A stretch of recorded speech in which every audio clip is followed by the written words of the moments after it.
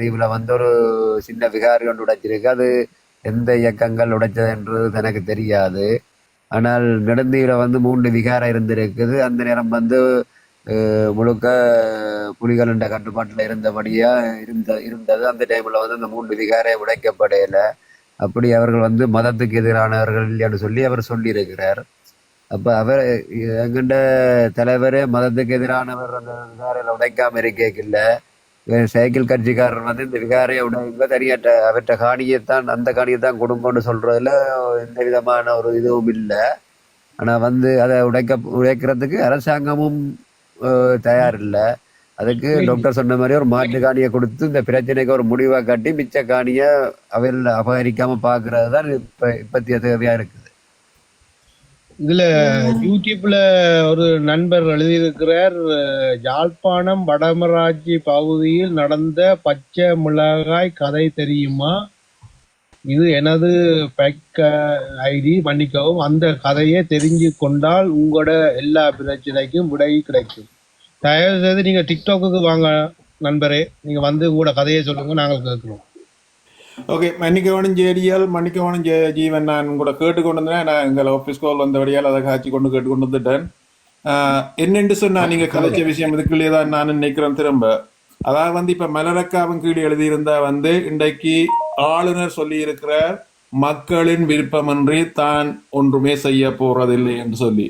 நிச்சயமா இதுலதான் வந்து அரசியல் விளையாட போகுது. வந்து எப்படி என்று சொன்னால், இப்ப வந்து ஆளுநர் சொல்லப்பட்டதால இன்றைக்கு அரசாங்கம் வந்து அதை செய்திருக்கன்னு சொல்லி போனது வந்து மக்களுக்கிட்ட போகுது.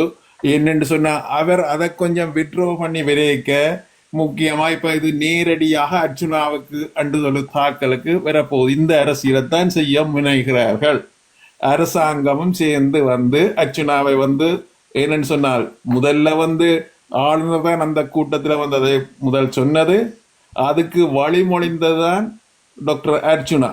ஆனா இன்றைக்கு ஆளுநரே சொல்லிவிட்டாருன்னு சொல்லி மறக்க நான் பார்க்கல. மல்லக்கான மெசேஜ் வச்சுதான் நான் கதைக்கிறேன். ஆளுநர் சொல்லியிருக்கார், மக்களின் விருப்பமின்றி தான் இதையும் செய்ய போவதில்லை என்று சொல்லி. அதன் அர்த்தம் என்னென்று சொன்னால், அதாவது வந்து இனி ஓரங்கட்டி தனிய அர்ச்சுனா தான் இதை கேட்டிருக்கின்றார், அர்ச்சுனா தான் இதை சொல்றார் ஒழிய நாங்கள் ஒன்றும் சொல்லவில்லை, மக்கள் என்ற விருப்பம் இல்லாம நாங்க சொல்லவில்லை என்று ஓரங்கட்டுறதுக்கு முனைகிறார்கள் அவர்கள்.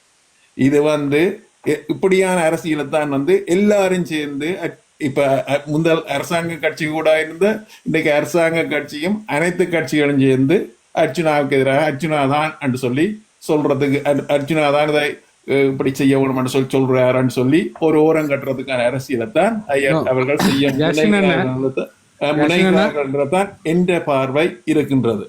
சரி, அப்படி முனைகிறார்களா இருந்தா யாசினா பீகாரையே இடிக்கணும். சரியா?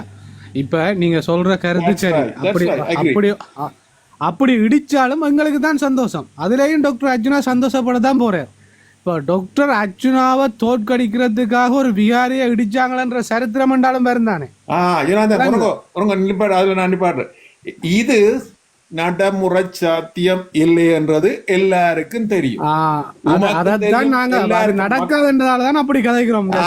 அப்ப என்ன செய்ய போறது? இதை வச்சு கொண்டு அரசியல் பிரச்சாரம் இந்த தேர்தல் ரெண்டுக்கும் வந்து செய்து கொண்டே இருப்பினார்.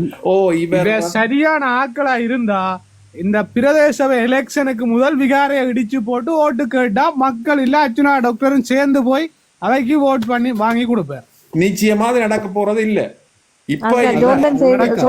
எப்பவுமே நடக்க போறது இல்லையே. என்னது அது நடக்காது. சரித்திரத்துல ஒரு அரசியலை கொண்டு நடத்தலாம். என்ன வாயால வட சுடலாம் கட்டாயம். இப்படி விகாரை இடிச்சுக்கினா அனுர அரசாங்கத்துக்கு அங்காள மேல் மாகாணத்துல சிங்கள பகுதிகளில் எந்த விதமான சீட்டும் பிரதேச சபையில கிடைக்காது என்றது உறுதியானது. அப்ப இவ கடைசி வந்து இதை செய்ய போறது இல்லை. இது வந்து மக்களை அர்ச்சுனாட பக்கம் இப்ப நீங்க சொன்ன மாதிரி திசை திருப்பி விடுற, மக்களுடைய கோபத்தை திசை திருப்பி விடுற ஒரு செயற்பாடு தானே ஒழிய இந்த ஆளுநர் வந்து எந்த ஒரு தீர்வும் கொடுக்க முடியாது. ஏனென்றா வேலை இல்லாத பட்டதாரிகள் வெளியே வாங்க கதைப்பம் என்று கூப்பிடக்கிய வெளியே வராத ஆளுநர் இந்த விகார பிரச்சனை எந்த பெரிய பிரச்சனை, அதுக்கு அவர் ஒரு தீர்ப்பு சொல்ல இயலாது. இது வந்து ஒரு பிரச்சனையை திசை திருப்புற செயற்பாடு தான். இல்ல ஜொனார்தான், இப்ப ஆளுநர் தான் அரச இயந்திரத்தின் யாழ் மாவட்டத்துக்கு பொறுப்பானது. யாழ் மாவட்டத்துக்கு வந்து அரச இயந்திரத்தின் முதலாவது அரச இயந்திரம் வந்து ஆளுநர். அப்ப ஆளுநர் என்ன செய்வார்? அங்க வந்து அரசாங்கம் சொல்றதான் செய்ய போறார். அது அங்க அவர் என்ன செய்ய, என்னத்தை மக்கள் விரும்பினாலும் அது வந்து ஒரு மக்கள்கிட்ட இருந்து ஒரு நல்ல பேர் எடுக்கிறதுக்கு சொல்லலாம். ஆனா அரசாங்கம் சொல்றதான் அங்க செய்ய போற. அரசாங்கம் சொல்ல போறது இல்லை ஒரு காலமும் நீ இடி என்று சொல்ல போறதுக்கு கிடைக்காது. அது எந்த சந்தர்ப்பத்தில் நடக்காதுன்றது எல்லோருக்கும் தெரியும். ஆனால் நாங்கள் வாயால் வடை சுடலாம். வாயால் வடை சுடைக்குள்ள அதாவது எல்லாரும் சேர்ந்து வடை சுடுவினாம். ஓகே, அர்ச்சனா தான் இதை கண்டு கொண்டிருக்கிறார், இந்த பிரச்சனையை கிளப்பி கொண்டிருக்கிறார், அப்படி இல்லை நாங்கள் மக்கள் என்று சொல்லி இதை திருப்புறதுக்காக தான் இவர்கள் இந்த சதியை வந்து செய்து கொண்டு போகிறார்கள் எல்லோரும் சேர்ந்து. தெளிவுபடுத்த தான் டாக்டர் அர்ஜுனா அடுத்த நாளே ஒரு வீடியோ போட்டவர்.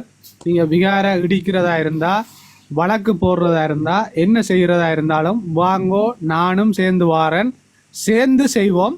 இதை வச்சு அரசியல் செய்யாதீங்க. நீங்க ஒருத்தன் வந்து ஒரு புதையல் கிடக்கு அதை எடுக்க போறான்டா, அவன் தனியா போறான்டா, அதுக்குள்ள அவன் தனியா ஏதோ ஒரு லாபம் இருக்கிறதால தான் மற்றவங்கள விட்டுட்டு போறான். சேர்ந்து போய் எடுக்கிறேன்டா, வெளிப்படைய தன்மையானவன்டா, சேர்ந்து எல்லாரையும் கூட்டிக் கொண்டு போவான், வா எடுக்கலாமண்டு. சரியா? இந்த சைக்கிள் கட்சிக்கு இதுக்கு இருக்கிற புதையல்லாம் நான் வேண்ட அரசியல், இந்த பிரச்சனை தான் நான் வேண்ட புதையல். இதை வந்து வெளியே வராம, இந்த பிரச்சனைக்கு தீர்வு வராம போராடணும். நீங்க பாத்தீங்கன்னா, நான் முதலன்னு சொன்ன, நான் இந்த பேட்டி மீடியாவில் பேட்டி கொடுக்குற அந்த சகோதரி, அதை விட அந்த வயதான ஐயா அவர்கள் இன்றைக்கு வந்து மக்கள் சார்பா போட்டி கொடுத்த ஆக்கள் இல்லை. அது அவைகள் கடந்த கால சைக்கிள் கட்சியின் போராட்ட வரலாறுகளிலே நிறைய பேட்டிகள் கொடுத்திருக்கிறோம். எல்லாருமே அந்த கட்சி சார்ந்த ஆக்கள் மாத்திரமே தவிர பொதுமக்கள் என்ற அடிப்படையில நாங்க அவைய வச்சு கதைக்கலாது. போட்டிருக்காரு இடிக்க வாராக்கள்ட வந்து டெலிஃபோன் நம்பரும் அட்ரஸையும் போடுங்கன்னு சொல்லி தானும் பாரன். அதை சம்பந்தமா உங்களோட அட்ரஸ்கள் எல்லாத்தையும் போடுங்கன்னு அங்க ஒரு தரையும் காணையில ஃபேஸ்புக். ஜனனி என்ன நடக்க போகுது தெரியுமா? இதையும் வந்து அங்கால வந்து பிரச்சாரம் செய்கிறது வந்து அர்ச்சனா தான் ஒன்று இடிக்க வேணும் என்று நிக்கிற, அர்ச்சனா தான் இடிக்க வேணும் என்று நிக்கிற, நாங்கள் எல்லாம் வந்து ஒத்து போகிறோம் என்று சொல்லி வந்து இதையும் வந்து அர்ச்சனாக்கு திருப்பத்தான் நிற்பார்கள். அதுதான் அதைத்தான் செய்வோம். இப்ப இனி வந்த ஒட்டுமொத்தமா எப்படி அர்ச்சனாவுக்கு எதிராக ரெண்டு பக்கமும் திருப்பலாம்ன்றதை திருப்பி அவைகளுக்கு என்ன பிரச்சனைன்னா, அர்ச்சனாவை வந்து சிங்களவர்கிட்ட இருந்து அரசாங்கத்தில இருந்து பிரிக்க வேணும். அதுக்காக வேண்டித்தான் இப்ப இதை வச்சு இதாண்டிதான் சிங்கள மக்கள்கிட்ட இருந்தும் தமிழ் மக்கள்கிட்ட இருந்தும் எப்படி ஒதுக்கலாம்ன்றதுக்கான அரசியல் திட்டத்தை அவைகளுக்கு தெரியும். நல்லா பாராளுமன்றத்துல அர்ச்சனா இருக்கு மட்டும் இவைக்கு ஓட்டு விழாதுன்னு நல்லா தெரியும். அதுக்காக வேண்டித்தான் அர்ச்சனா விழுத்த பாக்கினோம். மக்கள் எல்லாம் அர்ச்சனாண்ட பக்கம் தானே. நாங்கள் சந்திக்க போறது அடுத்த 2 தேர்தல்கள். எப்படி எங்களது அர்ச்சனாவது அரசியல் வியூகம், நாங்கள் எப்படி அந்த அரசியல் வியூகத்தை கொண்டு போன்றதான் முக்கியமான விஷயம். அதை வச்சுதான் நாங்கள் 2 தேர்தல்களையும் சந்திக்க வேண்டிய எல்லாம் இருக்க போகின்றது. என்ன ஜொனாத்தன்?